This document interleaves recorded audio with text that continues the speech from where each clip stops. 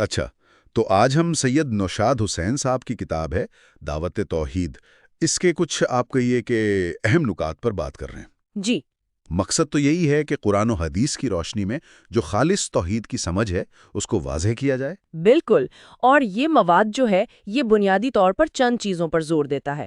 ایک تو اللہ سے براہ راست تعلق، پھر دعا کی کیا اہمیت ہے، انبیاء کا اصل مقام کیا ہے، اور جو بہت اہم ہے شرک اور بدعت سے کیسے بچا جائے۔ صحیح، تو چلیں شروع کرتے ہیں۔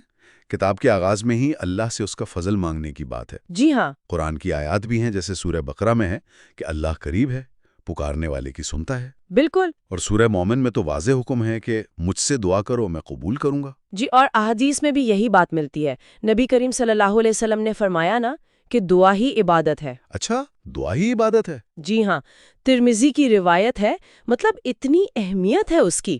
اور ایک اور حدیث میں تو یہاں تک ہے کہ اگر جوتے کا تسمہ بھی ٹوٹ جائے تو وہ بھی اللہ ہی سے مانگو۔ واہ، یعنی ہر چھوٹی بڑی ضرورت کے لیے رجوع اللہ کی طرف۔ بالکل، براہ راست۔ اور وہ حدیث قدسی بھی تو ہے، رات کے آخری پہر والی۔ جی جی، بخاری اور ابن ماجہ میں ہے۔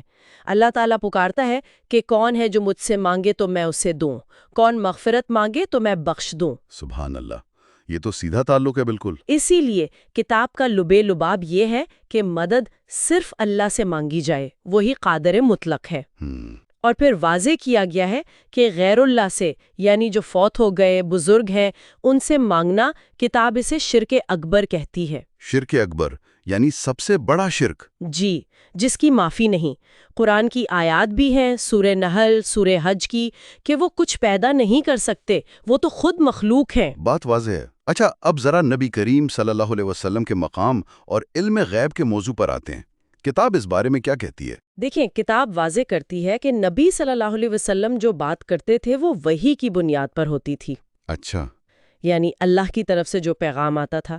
بخاری کی حدیث کا حوالہ بھی ہے، اور یہ بھی کہ وحی کا سلسلہ آپ صلی اللہ علیہ وسلم کے وصال کے ساتھ ہی ختم ہو گیا۔ یعنی اب کوئی نیا پیغام یا حکم نہیں آ سکتا؟ جی نہیں، سلسلہ منقطع ہو گیا۔ ابن ماجہ اور بخاری کی روایات اس پر شاہد ہیں۔ اور علم غیب، کیا نبی صلی اللہ علیہ وسلم کو غیب کا علم تھا؟ کتاب اس نقطے پر بہت زور دیتی ہے کہ علم غیب صرف اور صرف اللہ کے پاس ہے۔ صرف اللہ کے پاس؟ جی، قرآن میں صاف آیا ہے، سورہ اعراف میں ہے، سورہ انعام، سورہ نمل میں۔ نبی صلی اللہ علیہ وسلم کو بھی اتنا ہی پتا ہوتا تھا جتنا اللہ تعالیٰ بتا دیتا تھا۔ اس کی دلیل میں کچھ واقعات بھی ذکر کیے گئے ہیں، جیسے خیبر کے مال غنیمت میں سے ایک کمبل چوری ہوا تھا، آپ صلی اللہ علیہ وسلم کو فوراً علم نہیں ہوا۔ اچھا، یہ حدیث میں ہے؟ جی، بخاری میں ہے۔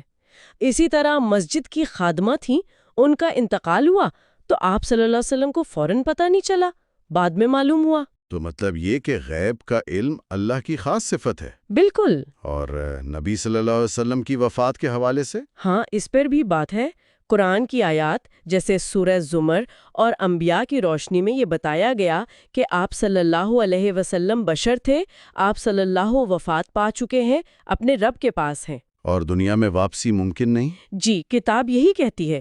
آپ صلی اللہ علیہ وسلم نے خود حضرت فاطمہ رضی اللہ عنہا سے فرمایا تھا کہ اب ملاقات قیامت میں ہوگی۔ صحیح۔ اچھا، اب ایک اور حساس موضوع ہے، قبروں والا معاملہ اور بدعت۔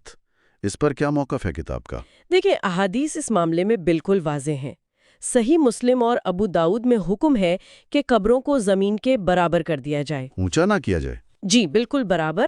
اور اسی طرح قبروں کو سجدہ گاہ بنانا، ان پر عمارتیں کھڑی کرنا یا وہاں چراغ جلانا، میلے ٹھیلے لگانا، عرس وغیرہ، جی، ان سب چیزوں سے سختی سے منع کیا گیا ہے۔ بخاری اور مسلم میں اس پر احادیث موجود ہیں۔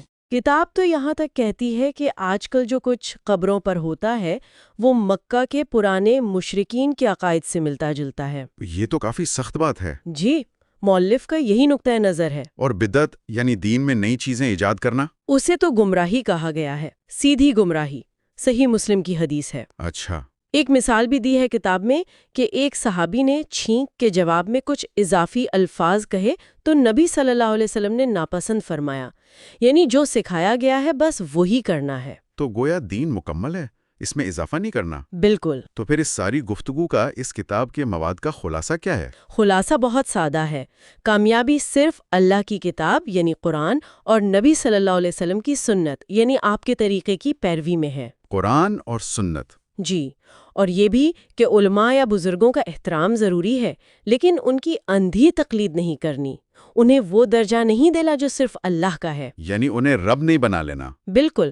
سورہ توبہ کی آیت اور ترمذی کی حدیث کا حوالہ بھی اسی طرف اشارہ کرتا ہے۔ تو نچوڑ یہ نکلا کہ اللہ سے تعلق جوڑیں براہ راست، مدد مانگے تو صرف اسی سے، نبی صلی اللہ علیہ وسلم کو اللہ کا بندہ اور رسول سمجھیں، جی، اور ہر طرح کے شرک سے بدعت سے بچتے ہوئے صرف قرآن اور سنت کو مضبوطی سے تھام لیں۔ بالکل یہی پیغام ہے۔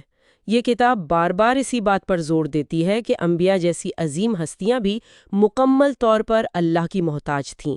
وہ اختیارات، وہ طاقتیں جو بعض لوگ ان سے منسوب کر دیتے ہیں، وہ صرف اللہ کی ہیں۔ غیب کا علم، کائنات میں تصرف، یہ سب اللہ کی صفات ہیں۔ جی بالکل۔ آخر میں سننے والوں کے لیے ایک بات سوچنے کی ہے، یہاں جس طرح خالق سے بالکل براہ راست تعلق اور دعا پر زور دیا گیا ہے، یہ ان تصورات سے کیسے مختلف ہے جہاں وسیلوں یا واسطوں کا خیال پایا جاتا ہے؟ اس پر غور کرنا چاہیے۔ یقیناً یہ ایک اہم نقطہ ہے غور و فکر کے لیے۔